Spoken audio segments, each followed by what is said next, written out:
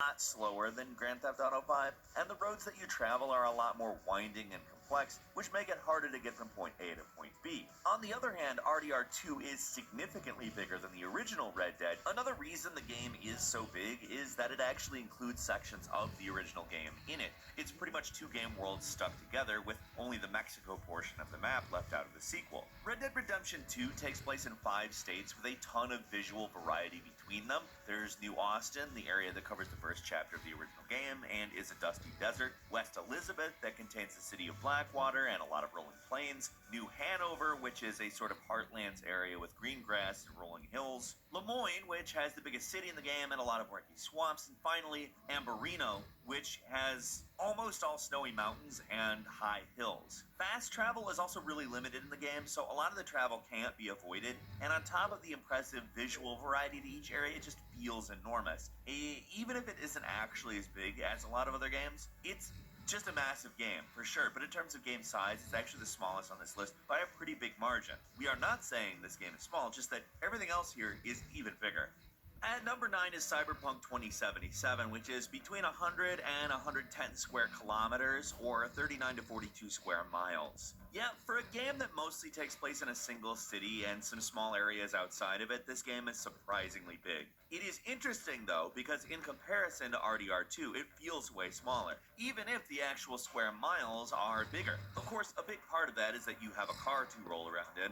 Another is that fast travel. It's easy to use. It's all over the place. And another is you're primarily moving around Night City, and that's about it. I mean, it's not like the whole city looks the same. There actually is a lot of variety in different areas, but it doesn't feel as varied as RDR2, and it doesn't actually feel like one of the biggest open worlds in the past few years, even if it actually is. But just because it doesn't feel massive doesn't mean there isn't a lot of cool stuff to see. It's pretty clearly based off of Los Angeles, and most of the stuff you'd expect to see from that city is here. There's the Hollywood Hills in North Oak, South Central with the Haywood area, downtown with the city center and Corpo Plaza. Pretty much everything you'd expect to see in LA is here. And there's some pretty cool stuff outside of all that too, like Rancho Coronado, which is this community built into the flood area of a massive dam, or the massive junkyard just outside the city, or the Columbarium, the strange graveyard area. Hell, there are cool places to explore in the center of the city too, like the Arasaka Memorial is right next to the massive Arasaka building. Being an open world game you play in first person, the level of detail in some of these areas is incredible. Some less incredible though. Still, Night City is a pretty cool place to explore, and it's one of the biggest open worlds of the year.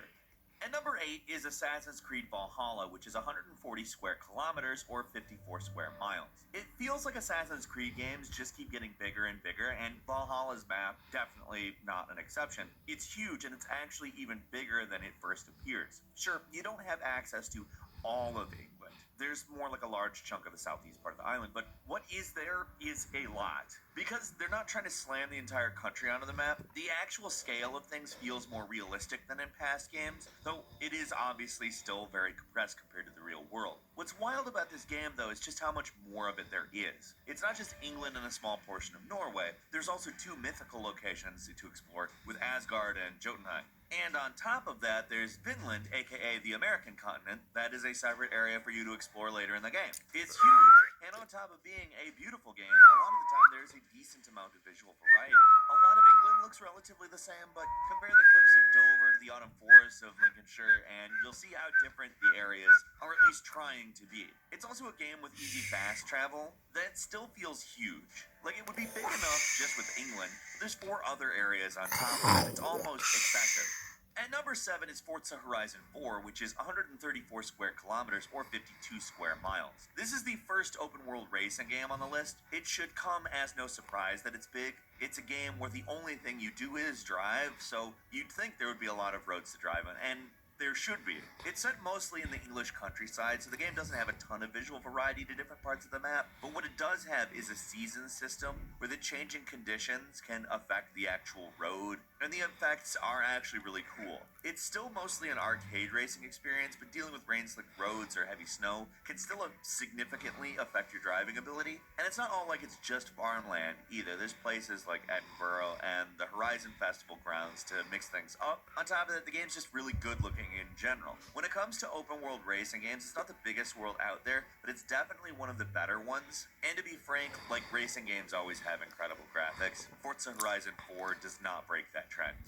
And number 6 is Assassin's Creed Odyssey, which is 90.7 square miles. We talked about Valhalla for a reason. It's huge, but Odyssey, still bigger. Being set in the entire country of Greece obviously will do that. Pretty much every major city and location is covered here. Athens, Sparta, Thebes, the list goes on. There are massive cities too, fertile valleys, rocky islands, and just about everything you would think of when you think of ancient Greece. And while the entire map is huge, there is a really important thing to keep in mind here. A lot of it is kind of just water. Taking place where it does, that is to be expected, but in comparison to some of the previous open worlds on this list, this one is a lot more empty between the major hotspots, and most of the sea areas don't really have anything substantial in them. It does make the map a lot bigger, but it is not as dense as some of the other open worlds we've talked about today, or even just some of the other open worlds, period. Still, the scale is impressive, to say the very least. The fact that you can stand on a mountain and see all of these cities you recognize from so far away